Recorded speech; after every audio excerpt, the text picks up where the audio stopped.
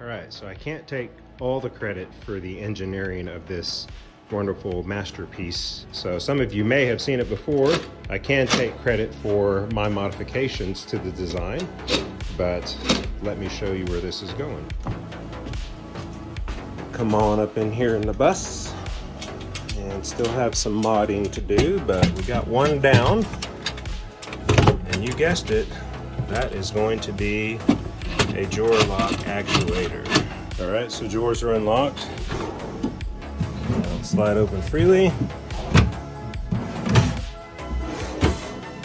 So as always, I'm just going to use my little 12-volt battery here.